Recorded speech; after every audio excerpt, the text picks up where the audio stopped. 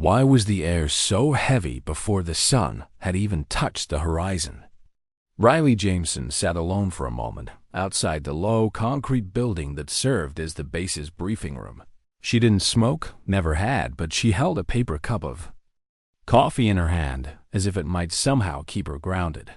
The liquid inside had already gone lukewarm, leaving a bitter slick at the back of her tongue. She swallowed anyway.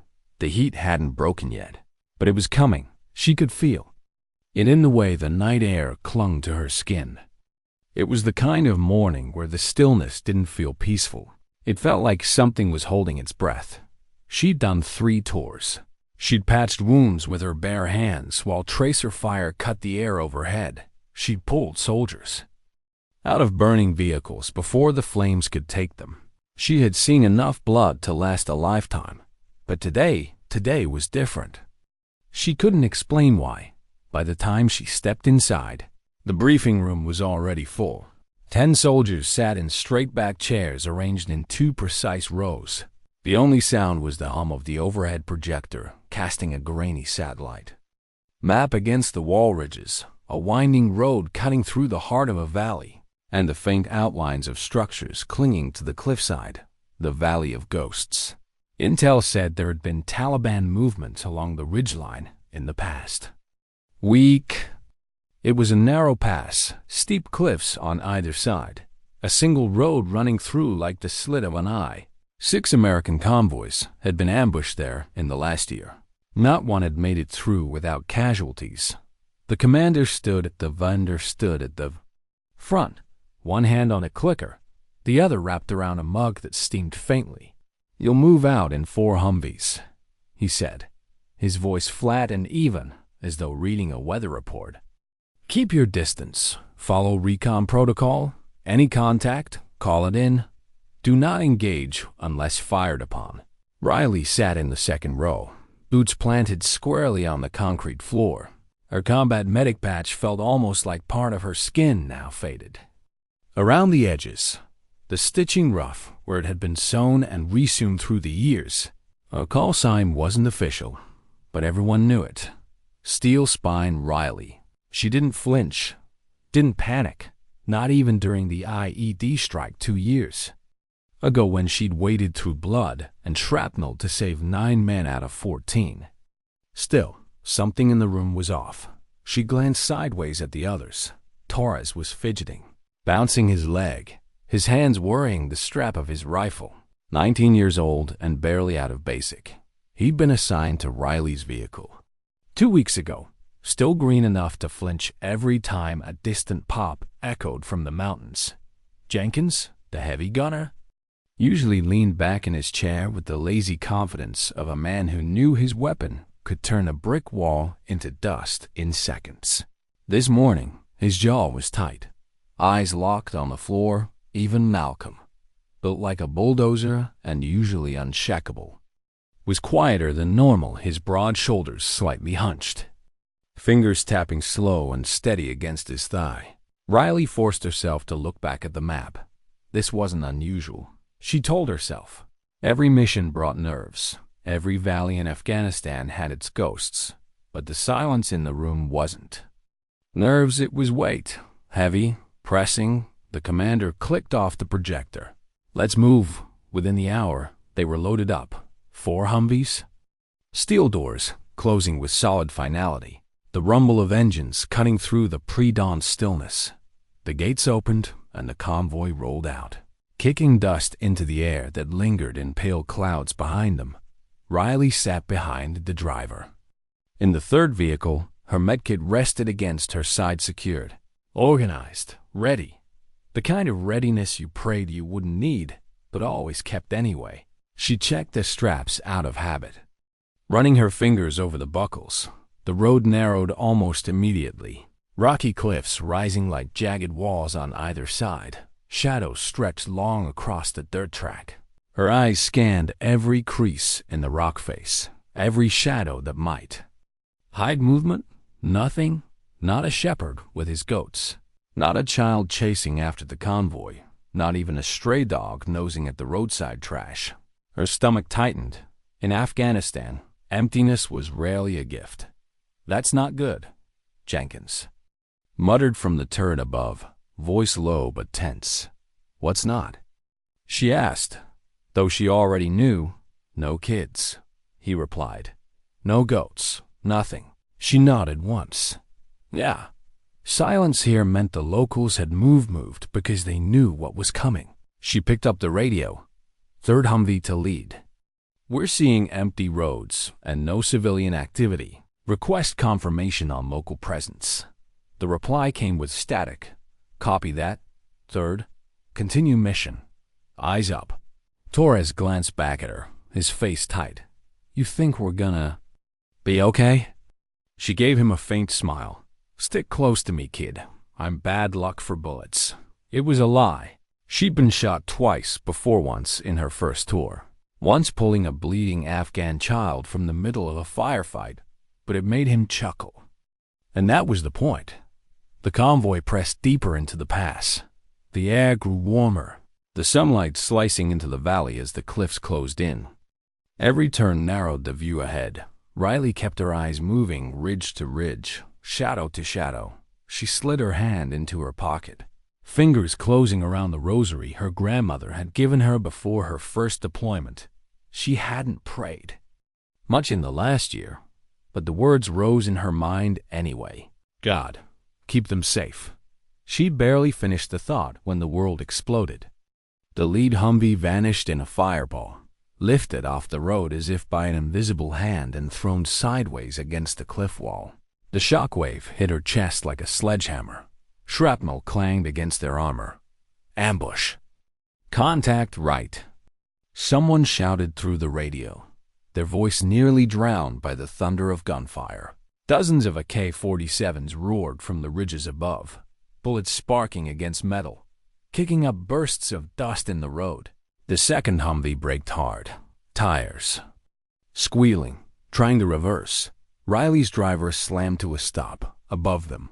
Jenkins swung his gun toward the right flank and opened fire, the heavy weapon hammering the air in deafening bursts. Riley was already moving. She yanked her door open, hit the dirt running, med kit in hand. She didn't look for muzzle flashes or enemy positions. Men were down, and that was all that mattered. Smoke choked the air. A second explosion rocked. The cliffs and the wrecked lead vehicle burned hotter. "Cover me," she shouted. Bullets slapped the ground near her boots, zipped past her ears. She dove behind a chunk of twisted metal and scanned the dirt until she saw him, Private First Class Jamal Wallace, crawling, dragging what was left of his leg, screaming. For help, she bolted. The first bullet hit before she reached him, a searing punch to her side. The force nearly spun her, but she kept moving. She dropped to her knees beside him, hands already pulling the tourniquet free, wrapping it tight until the blood slowed above them. The ridges flickered with muzzle flashes. Taliban fighters had the perfect kill zone narrow road. Cliffs on both sides, no overhead cover.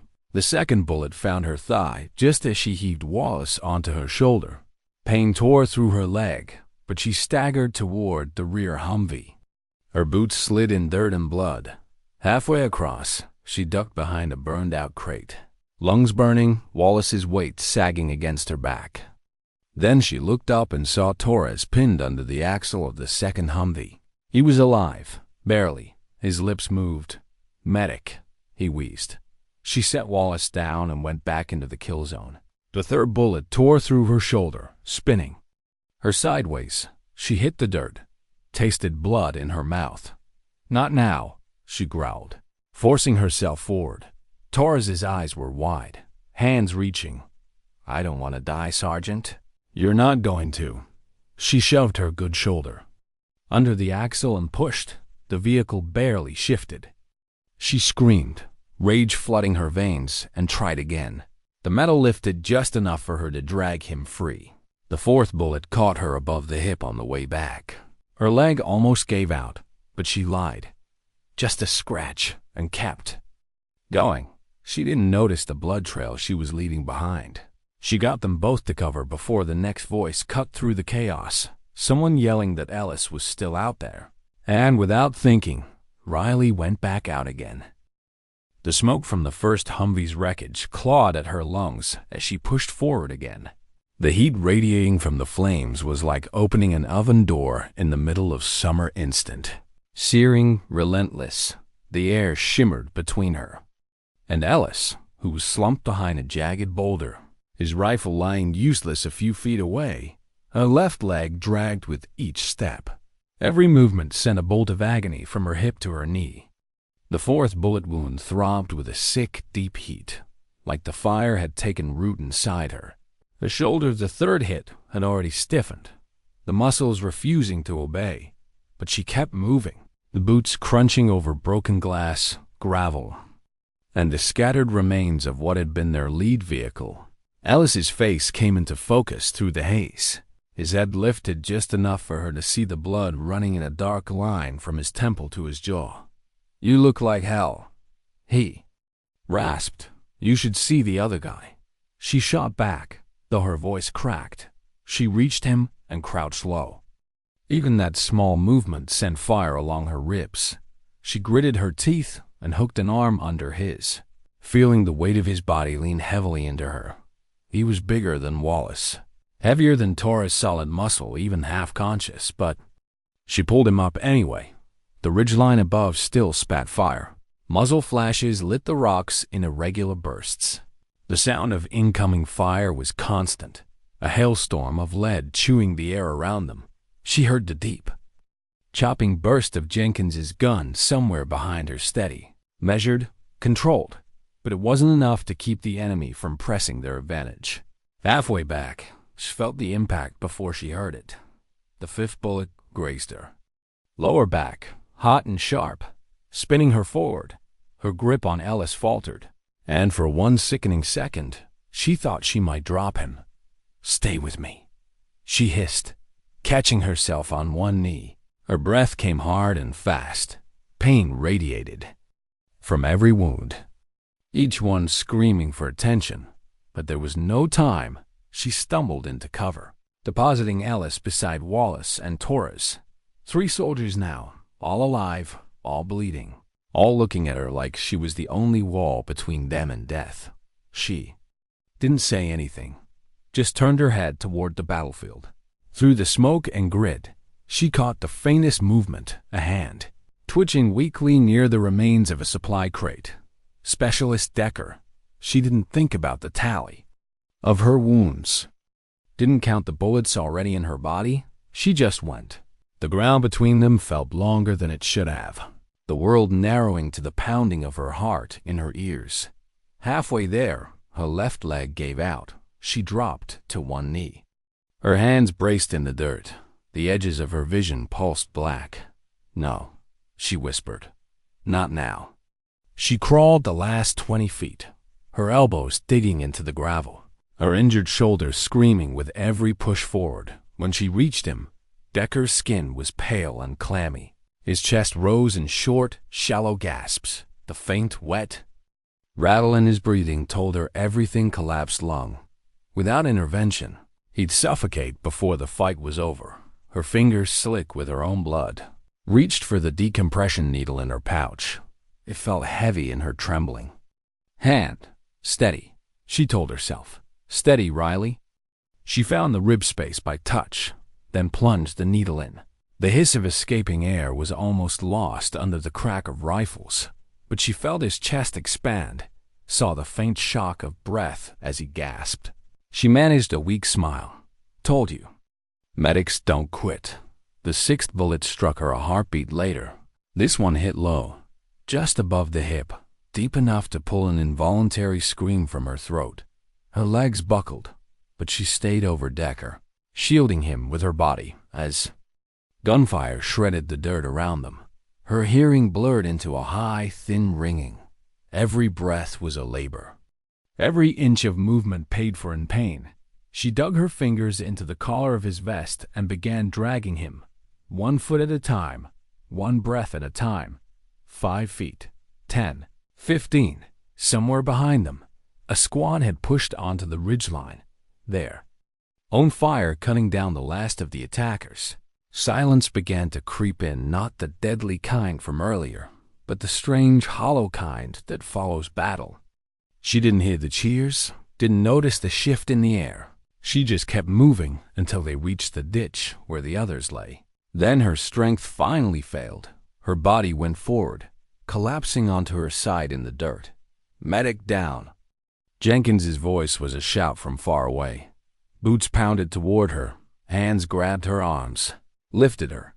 Her eyes fluttered open just long enough to find Jenkins's face. You got him," he said, his voice almost breaking. She nodded once, then the darkness took her. When she woke, the battle noise was gone. No gunfire, no shouts. Just the low chop of helicopters somewhere in the distance and the whisper of wind moving dust along the ground.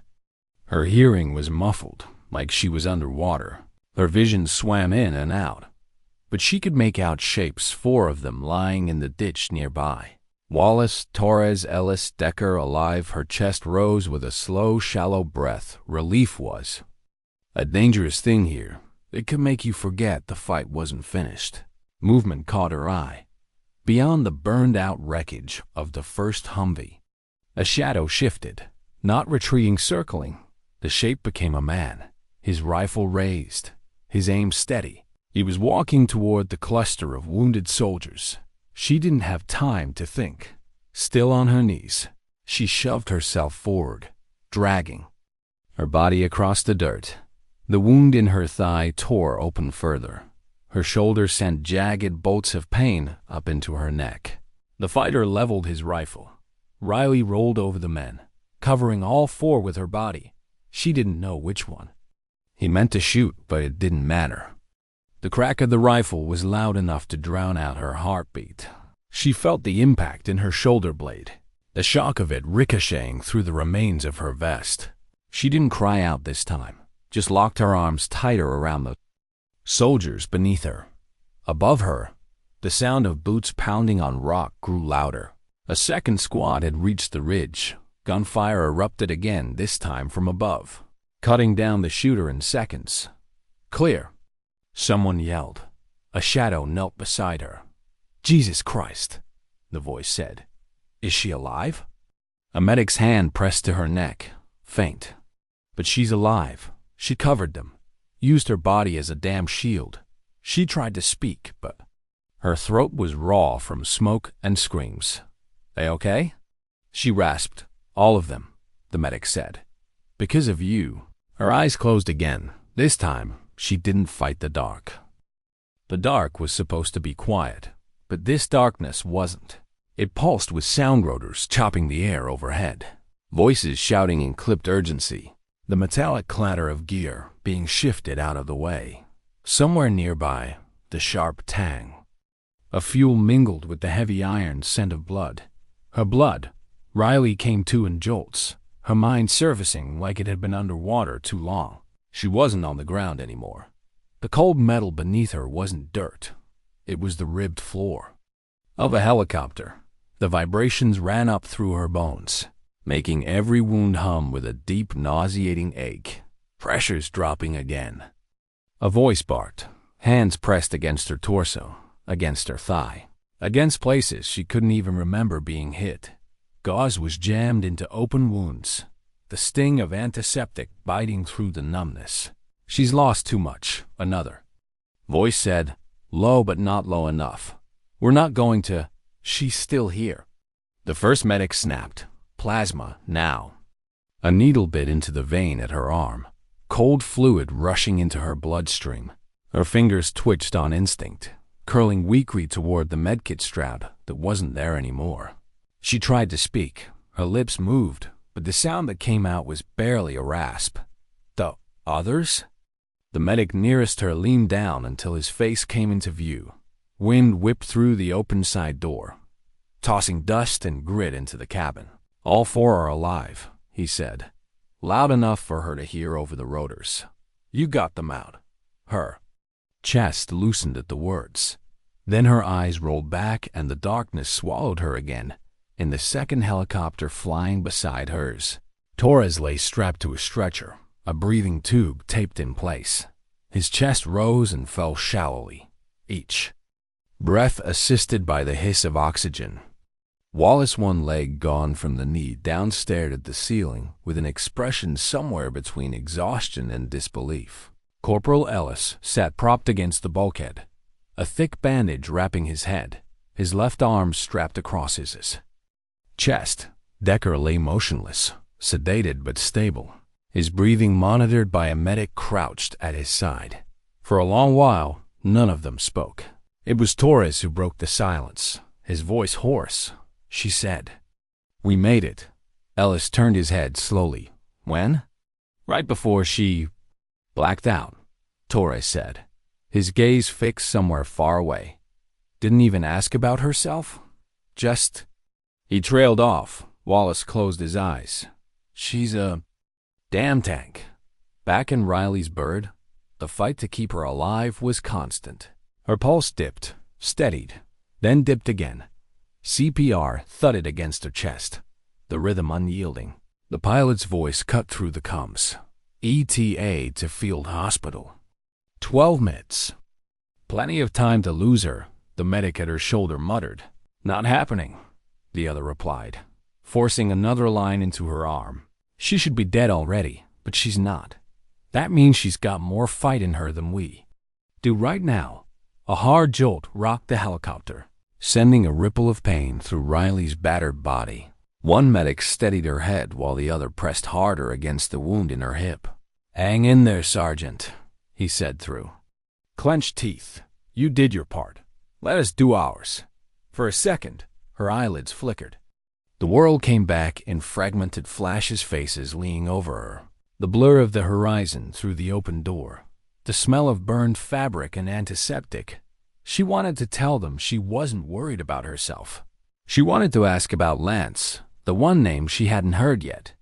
But the effort to shape words was too much. The darkness won again. The landing pad was chaos. Dust swirled in choking clouds as the medevac sat down, rotors screaming. A trauma team in full gear ran toward the open door before the skids even touched. Dirt. Multiple GSWs, massive blood loss, possible internal bleeding. The medic shouted over the noise. "She's taken 6 rounds side, thigh, shoulder, hip, lower back, and scapula. She's lost circulation in the left leg." The chief surgeon, Colonel Rosen, glanced over her as they transferred her to a gurney. His face was a mask of calculation. "Move her now." Inside the field hospital, the fluorescent lights were harsh and cold. Her blood pressure readings flashed dangerously low.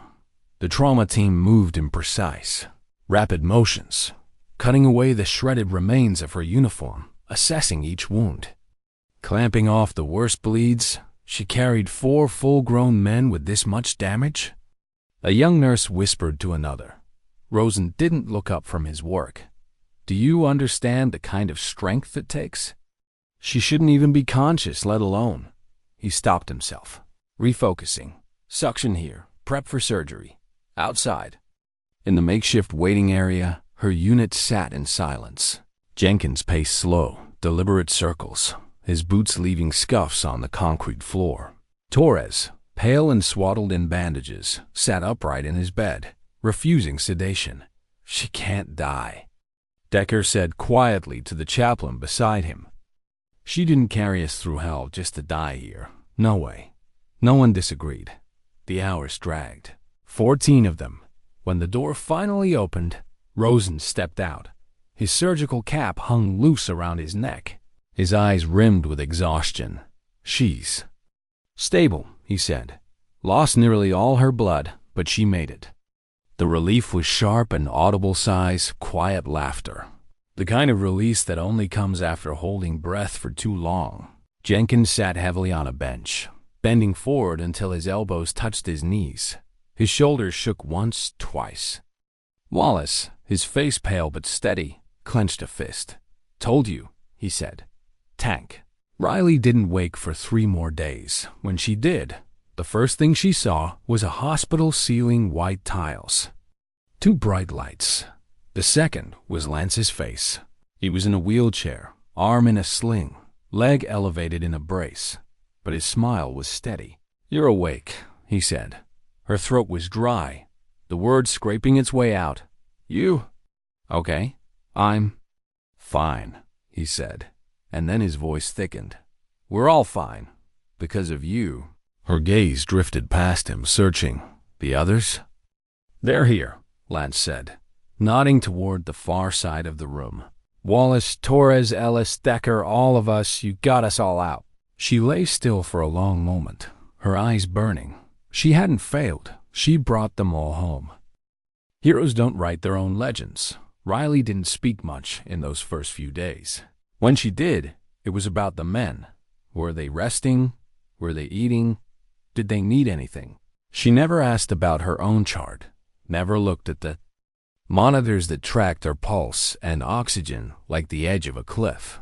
The story didn't start with her voice. It started in the recovery wards. Wallace told it first half, whispered to a nurse changing the dressing on his stump. She carried. Me with a bullet in her leg, he said, staring at the wall. Then she went back for Torres, took another round doing it. You get that? She was already bleeding out, and she went back. Torres told it to the medic who adjusted his chest tube. She lifted the Humvee, he said, his voice thick. I don't know how. I couldn't breathe. Thought I was gone. And then bam, she's there, cursing and dragging me out. She looked me dead in the eye and lied. Told me it was just a scratch. There was so much blood. Ellis, concussed and bandaged, told it to the chaplain. She came through fire for me. Fire. You've seen those vehicles burn? The heat alone should have dropped her. Decker's voice broke when he gave his version to an army investigator. I was choking. I couldn't get air. She stuck me with the needle, and I thought, okay, maybe I'll make it. Then she gets shot again, and instead of dropping, she drags me all the way back. One by one, the threads of their accounts wove into something bigger than a field report. Within a week, word had traveled beyond the medical tents. At Fort Bragg, a junior officer sat with a printed log from the Valley of Ghosts operation. He read it twice before shaking his head. 6 bullet wounds. He muttered, and she kept moving. Colonel Adams leaned in, flipping through the photographs attached. The still frames from helmet cams caught Riley mid-stride, half-crouched under fire or braced under the weight of a man slung over her shoulder.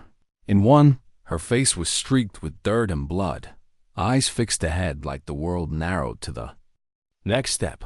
How? Adams said, setting the folder down. I wouldn't believe it if I hadn't seen the footage. The Pentagon requested a full incident report. The Department of Defense dispatched an investigator to the field hospital in Germany, where Riley had been transferred. The survivors gave their statements in separate rooms. Still, the words they used echoed each other. She didn't just carry. U.S., Wallace said evenly, one hand resting on the arm of his wheelchair. She gave us her body, her blood, everything she had. Torres's eyes shone when he spoke. She wasn't scared. Not once I saw her face. She was just determined. Ellis leaned forward on his crutches. When that last guy came around the wreck, she didn't hesitate. Just threw herself over us. Didn't care if she died as long as we didn't. Lance, the last to be rescued, swallowed hard. I was done. I'd already accepted it. Then she showed up, bleeding, limping, whispering, I've got you. That's the last thing I remember before she passed out on top of me. Each statement was recorded, cataloged, and sent upward through the chain of command. Riley didn't know any of this. Her world had shrunk to the sterile walls of a recovery room in Landstuhl Regional Medical Center, the constant hum of machines and the soft tread of nurses. She drifted in and out of consciousness, the days blending into each other. Sometimes she woke to the low voice of a chaplain reading from Psalms. Other times, her mother was there, eyes red, hand wrapped around Riley's fingers. Baby, you held them all. Her mother whispered one afternoon, You really did, Hon. The 6th day, Riley opened her eyes to find Gina, a tall nurse with tired eyes and a steady smile, standing at her bedside. Hey there, Sergeant, Gina said gently. Welcome back. Riley's voice was a rough scrape. Where? Am I? Germany. Gina replied, safe, healing. Her head turned slightly, the movement slow. The others? They're alive, all four. The relief hit so hard it hurt. She'd known it already on the helicopter, in those brief flashes of clarity, but hearing it again settled something deep in her chest. For the first time since the valley, she let herself cry, quietly, not from pain, not from fear, but because she hadn't failed. A week later, she was lying awake when the door opened and a figure in full dress uniform stepped inside. Major General Cogden, behind him, 2 aides and a Tijins. Military photographer hovered, their presence unspoken but unmistakable. Sergeant Jameson, the general said. His voice even but respectful. She stiffened automatically. Sir, at ease, he said, taking a slow step toward her bed. In his hands, he carried a small silver box. He set it down gently on the rolling table beside her. You'll get the official ceremony when you can stand, he said. But I couldn't wait. He flipped open the lid. Inside, gleaming under the hospital lights, was the Silver Star. For conspicuous gallantry and intrepidity in action, he read aloud. You carried 4 wounded men to safety. Under sustained fire after being wounded 6 times yourself, your actions saved lives and inspired an entire generation of soldiers. Riley's gaze stayed on the medal for a long moment. Then she shook her head slightly. I didn't do anything special. Cogden leaned closer, his voice dropping. That's exactly why it matters. He left the box on her table, gave her a crisp salute, and walked out without another word. The nurses in the room were silent. One wiped her eyes. Another straightened Riley's blanket without looking at her. Riley turned her face toward the window. Beyond the glass, the German hills rolled under. A pale winter sky. She thought of Wallace's screams, Torres's fear, Alice's weight on her back, Lance's hand clutching her sleeve in the dirt, and she thought of the moment they were all safe. People were calling it a miracle, but she knew. Better, it wasn't. It was the mission. 6 months later, the air in the Pentagon's Hall of Heroes carried a stillness Riley hadn't felt since the valley. It wasn't the silence of waiting for an ambush. It was the kind that wrapped around a room when everyone inside understood the weight of what was about to happen. Rows of polished boots stood at perfect attention. Metal ribbons caught the light in sharp flashes. Beyond the uniformed ranks, the press was kept behind velvet ropes, their cameras heavy and waiting. The 4 men she'd carried through the Valley Wallace. Torres, Ellis, and Lance were positioned just behind her. She could feel their presence more than she could hear them. She leaned lightly on her cane.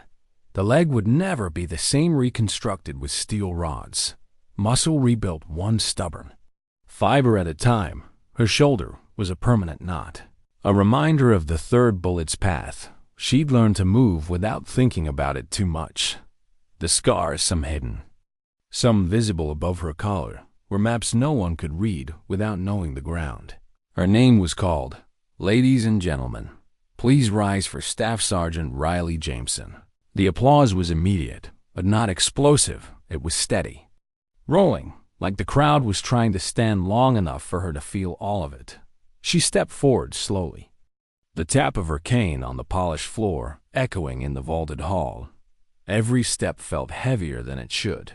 She wasn't used to this kind of attention. The battlefield had been simpler focus on the next breath, the next step, the next life. To save. Here, the eyes felt like weight. When she reached the stage, the applause tapered. Replaced by a hush, President Daniels stood at the podium, his hands resting on either side of the microphone. He paused for a moment, scanning the room as if measuring his words. There are heroes we read about in history books, he began, his voice even and resonant. And then there are heroes who live among us, flesh and blood, bruised and broken, but unshackable. He turned to face her fully. Sergeant Jameson, you were shot 6 times. You bled. You broke. But you did not stop. You carried your brothers when they could not walk. You shielded them when death reached for them. And in doing so, you reminded all of us what true service, courage, and sacrifice look like. The moment hung in the air. He lifted the small blue ribbon and gold star from the velvet-lined box. The Medal of Honor caught the light, reflecting tiny fragments into the crowd. He stepped forward and pinned it to her uniform. The applause rose again, but she didn't look out at the cameras or the crowd. She turned first to the four men behind her. Wallace met her eyes with a slight nod. Torres's lips pressed together, a quiet, almost shy smile breaking at the corner. Ellis gave her a firm, grounding look. Lance's gaze was steady, the unspoken acknowledgement between them heavier than words. She looked past them to the front row, where her mother sat, hands clasped tightly in her lap. Tears glimmered in her eyes, but her chin was high. When Riley finally stepped to the podium, the room was silent again. "I didn't carry them because I'm brave," she began, her voice quiet but clear. "I carried them because they would have done the same for me." She let the words breathe, scanning the faces in front of her. "You train for war, you plan, you run scenarios in your head over and over. But when the bullets start flying and the people you love are on the ground, something else takes over. It's not fear, it's not pride. It's not even duty." She paused, her hand brushing the edge of the podium. "It's love. That's what carried them out, and that's what carried me through." For a long moment, there was no sound at all. Then the room stood not for the medal, but for her. Later, after the ceremony, Riley stood in the hallway outside the Hall of Heroes. The heavy double doors muffled the buzz of conversation inside. She'd slipped away for just a minute, needed the air, even if it was just the sterile, recycled kind from the Pentagon vents. Footsteps approached. It was Lance, still in his dress uniform, his arm in a sling. "Thought you might want company," he said quietly. She gave a faint smile. "They treating you all right?" "Better than I deserve," he said. He leaned against the wall beside her, their shoulders almost touching. "You know they're going to be telling your story for the next 50 years, right?" She looked straight ahead. "Then I hope they tell it right." "And how's that?" "That it wasn't about me." He studied her for a moment, then nodded. "They won't get that part wrong, not with us around." The rest of the day was a blur of photos. Handshakes. Reporters she didn't answer. She was polite, but she didn't linger on any question about herself. When someone asked how she felt about the medal, she just said, "It belongs to all of us." That night, back at her temporary quarters on base, she set the medal on the desk beside her bed. The ribbon lay in a loose curve, the metal cool under her fingertips. She thought about where she'd been 6 months ago, face down in the dirt, blood leaking into the ground, willing her body to move just one more foot. It didn't feel like two different lives. It felt like the same one, just quieter now. Fort Bragg smelled the same. Dust and sun-baked asphalt, oil from the motor pool, the faint tang of pine from the edge of the training grounds. For all the medals and speeches, the base was still the same place she'd left 6 months earlier only. She was different. Her quarters were now a private room. Not by her request. Someone higher up had decided that Medal of Honor recipients deserved certain accommodations. It was quiet, cleaner than the barracks, but it didn't feel like hers. Her old bunk in the medic's bay had been closer to the noise laughter from the next cot, card games in the common area, the constant foot traffic of soldiers coming and going. This new room felt removed, like someone had decided she belonged on display, not in the middle of the mess. She hung her uniforms in the small closet. The newer ones bore the ribbons she still wasn't used to seeing. She ran her thumb over the rose silver star, purple heart with oak leaf clusters, combat medical badge, and shut the door. Word had spread long before she stepped foot back on base. You could tell by the way heads turned in the PX when she walked in, by the way conversations dipped when she passed in the hall. Some soldiers stared openly. Others gave her a nod or a salute even when protocol didn't require it. A few avoided her altogether. Like they weren't sure what to say to someone whose story had already been stamped into the Army's history books. She didn't want any of it. She just wanted to work. The first week back, she asked to be put on training rotation for incoming medics. Command hesitated at first, citing her injuries, but she pressed until they relented. She rolled alongside the trainees in a modified gator. Kane propped in the seat beside her, barking instructions like she always had: tourniquet high and tight, move like their life depends on it, because it does. Her voice carried across the field, cutting through the hum of drills and distant weapons fire from the range. Some of the younger medics looked at her like she was a story come to life. Others avoided eye contact, afraid to be caught staring. She ignored both reactions and focused on the work-correcting grip on a pressure dressing, adjusting the angle of a decompression needle, making them repeat each motion until it was second nature. Physical therapy was another battle entirely. Some days, her leg refused to bend beyond a certain angle. Other days, her back felt like it was made of rusted metal plates. The shoulder, her third bullet wound, remained a stubborn knot of scar tissue that burned when she overextended. There were nights she left the therapy room with sweat soaking her shirt, the taste of metal in her mouth from gritting her teeth through the pain. Back in her quarters, she'd close the door, press a pillow to her face, and scream into it until her throat ached. She never missed a session. The hospital visits became a routine she'd built for herself. Every Friday afternoon, she'd walk slowly, sometimes with the cane, sometimes without, through the recovery ward. She stopped at bedsides, asked the right questions, and listened longer than most had patience for.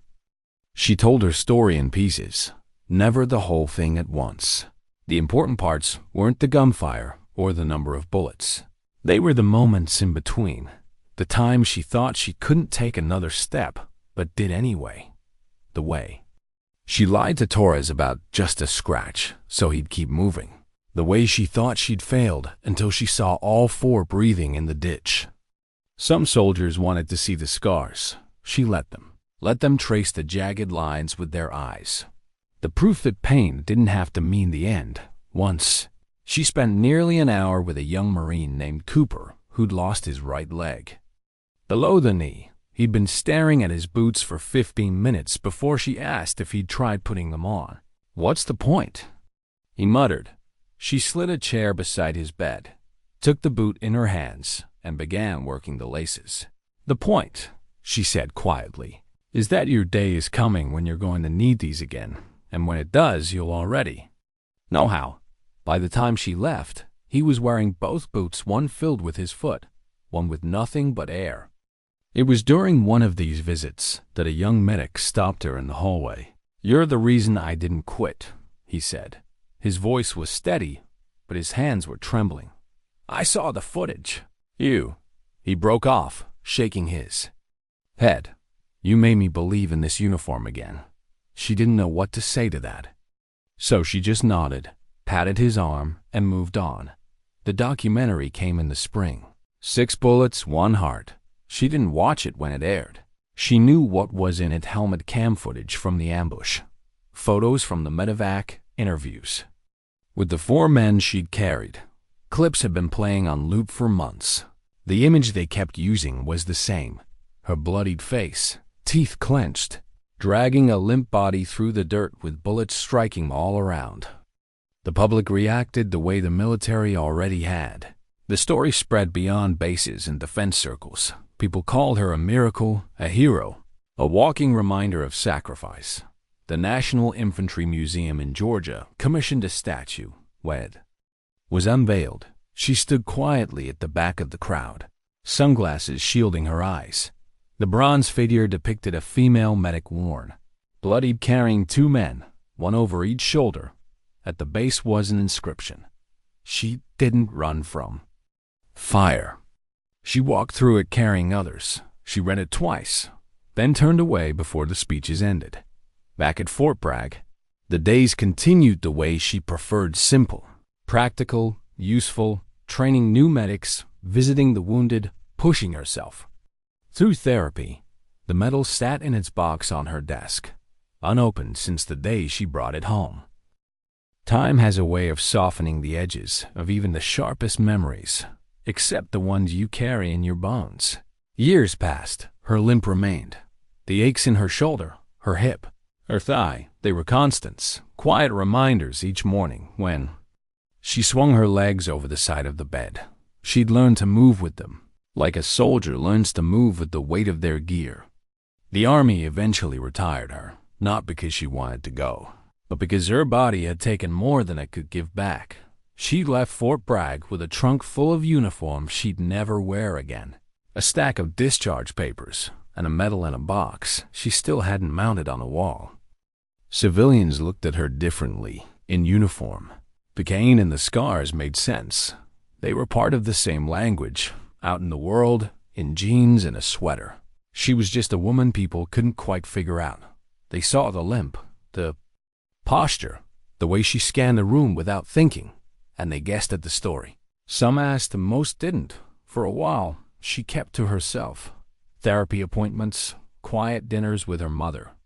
The occasional phone call from one of the men she'd carried Wallace from his new home in Texas, Torres from a base in Hawaii, Ellis from a VA hospital in California, Lance from a small town in Ohio.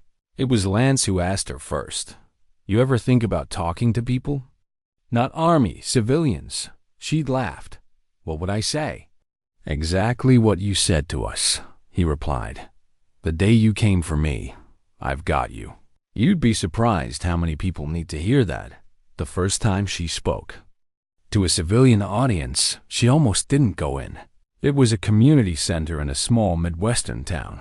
A veterans outreach program had asked if she'd share her story with local students and parents. She sat in her truck for 10 minutes before opening the door, staring at her reflection in the rearview mirror.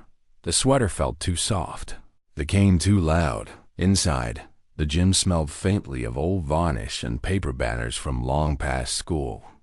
Events. Folding chairs had been set up in neat rows. A few dozen faces looked up when she entered, kids with bright eyes, parents with polite curiosity. She walked to the front, each tap of her cane echoing on the hardwood. She didn't start with the valley. She started with something smaller.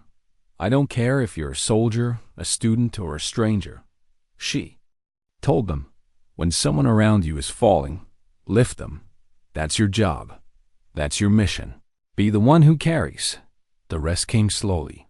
She told them about Torres's fear, Wallace's scream, the weight of Ellis over her shoulder, the moment Lance's eyes locked on hers in the dirt. She spoke about the pain, not just the kind that bleeds, but the kind that comes when you think you've failed. She didn't dwell on the number of bullets. She didn't talk about medals. When she finished, the room was quiet for a moment. Then applause rose, uneven at first, then steady. A little girl ran up to her afterward, maybe 8 or 9 years old, dark hair pulled back in a ponytail. She looked up at Riley like she was trying to memorize her face. "I want to be strong like you," the girl said. Riley smiled, bent down, so their eyes were level. "You already are," she said. One talk became 2, 2 became 10. Schools, community halls, even corporate training events where people in suits scribbled notes while she talked about carrying others. She never read from paper. She spoke like she was talking to one person at a time, as if the rest of the room didn't exist. The message never changed. It wasn't about heroics. It wasn't about war. It was about showing up, about doing the thing that needed to be done, even when it hurt, especially when it hurt. She stayed in touch with the 4 men. They called her on anniversaries, not of the battle, but of the day they all made it out. Sometimes they talked about mundane things, jobs, families, the weather. Sometimes they just sat in silence on the line, saying nothing but refusing to hang up first. The statue in Georgia weathered sun and rain. People sent her photos of it, kids standing beside it, veterans saluting it, tourists taking pictures without knowing the real story. She never visited on her own. She didn't need to. The weight of those 4 men on her shoulders was something she carried every day. No bronze required. The invitations kept coming. Not because she was famous, she wasn't, but because people who heard her speak remembered it. And they told others. One winter, she spoke at a high school in Chicago. The gym was packed. Snow flurried outside, but inside the air was warm with the hum of anticipation. She wore a soft blue sweater, jeans, boots that had seen better days. Her cane tapped against the polished wood as she crossed to the center. The students settled without being told. The kind of hush that only comes when someone has their attention without asking for it. "I'm not here to tell you about war," she began. "I'm here to tell you about carrying weight that isn't yours and doing it anyway." She told them about the valley. Yes, but she also told them about the weeks after, about the therapy sessions where she learned to walk again, about the nights she couldn't sleep because her body still thought it was on the battlefield, about the mornings she got up anyway. You don't have to be in a firefight to know what it feels like when someone around you goes down, she said. It might be a friend, a classmate, a stranger. Your job, your mission, is to be the one who carries. When she finished, they stood, not all at once, but in waves, until the whole gym was on its feet. Afterward, as she made her way toward the exit, a boy with a stutter stopped her. My sister's sick," he said, voice shaking. "I'll carry her." She put a hand on his shoulder. "I know you will." Riley never called herself a hero. Never liked the word. Heroes were statues and headlines.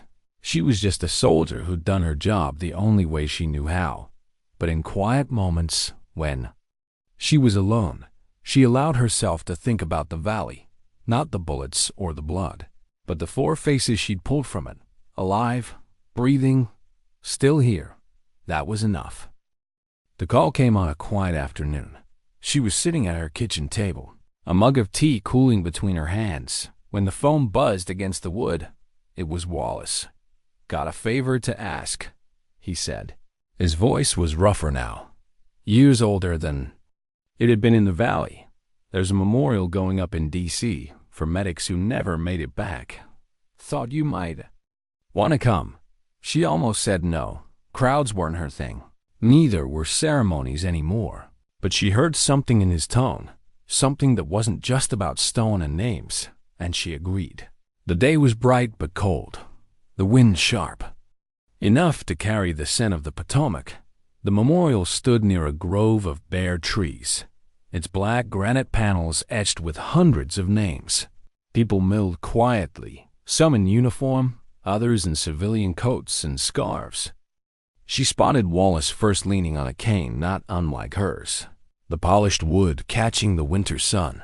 Taurus stood beside him, broader now, a little grayer at the temples. Ellis was there too, in a heavy coat, his head uncovered despite the chill. Lance rolled up in his chair, grinning when he saw her. For a long while, they didn't talk. They just stood together, facing the wall, reading names neither of them would ever forget. When the ceremony began, the crowd hushed. A chaplain spoke about service, about the quiet bravery of those who ran toward the hurt instead of away from it. A bugler played taps, the sound carrying thin and clear through the trees. Riley felt the weight of the cane in her hand, the shift of scar tissue when she breathed, and in that moment, she realized she wasn't thinking about her own pain. She was thinking about the faces she'd seen in the dirt that day, afraid, bleeding, desperate, and the way each one had looked when she'd gotten them to cover. That was the part she'd carried all these years. After the crowd thinned, they went to a diner 2 blocks away. The place smelled of coffee and griddle grease. The booths cracked with age. They talked about nothing important. Ellis's new dog, Wallace's daughter learning to ride a bike, Torres's kitchen renovation gone wrong. Lance told a story about trying to fix his wheelchair and accidentally setting off the smoke alarm in his garage. They laughed until their sides hurt, until the years between then and now folded into nothing. When it was time to leave, Wallace stood and offered his hand to Riley. Still bad luck for bullets? He asked with a smirk. She smiled. Guess so. That night, back home, she sat in the small office she'd made for herself. The metal box was still there on the shelf, closed, just as it had been for years. Beside it was a framed photo, taken, without her knowing, of all 5 of them on the day they left the hospital. She took the photo down, studied it. They were all banged up, bandages, casts, wheelchairs, but they were smiling, alive. Her eyes moved to the rosary hanging from a pushpin above the desk, the one she'd carried in her pocket that morning in the valley. She reached up, took it down, and held it in her palm. She thought about the little girl in the school gym who'd said she wanted to be strong, about the boy who promised to carry his sick sister, about all the faces in all the rooms she'd spoken in since leaving the army. Strength, she knew, wasn't a medal or a headline. It was a choice you made over and over again, even when no one was looking. Weeks later, she stood at the back of another gym, this one in a small coastal town. The folding chairs were filling up with students and teachers. She waited for the introductions to finish before walking to the front, cane tapping softly on the polished floor. When she spoke, her voice was calm, measured. You don't have to be a soldier to know what it's like to carry someone, she said. Maybe it's a friend, maybe it's family, maybe it's someone you barely know. What matters is that when you see someone falling, you lift them. That's your mission. That's the job. She let the silence stretch for a beat. And sometimes, she added, you'll be the one carried. That's okay too. When she finished, they stood. The applause was warm, but she didn't linger in it. She never did. She stepped down from the small stage, cane steady in her hand, and headed for the door. Outside, the air was sharp and clean, the horizon wide and open. Years from now, her story would still be told in classrooms, in training lectures, in quiet conversations between soldiers who knew what it meant to push past the breaking point. But Riley wouldn't be there to hear it. She didn't need to be, because she knew the truth. Sometimes, dignity doesn't speak. It simply acts.